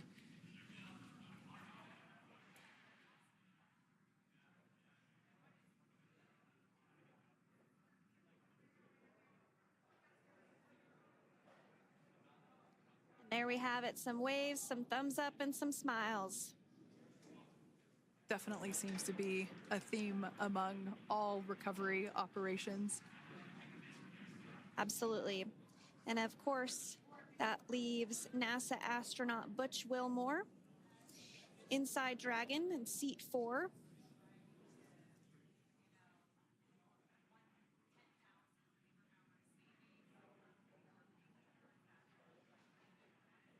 We're getting some views of him now as he egresses or exits the spacecraft.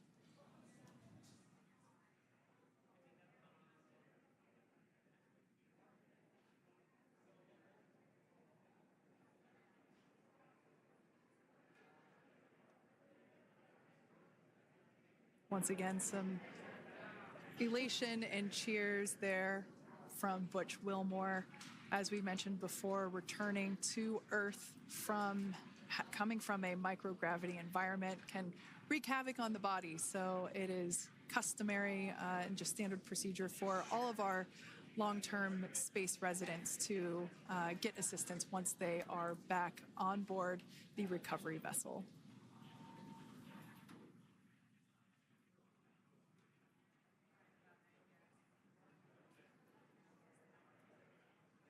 Well, now that Nick, Butch, Suni, and Aleksandr are safely back home on Earth and getting checked out by the NASA medical team, we're going to wrap up our live coverage of their return.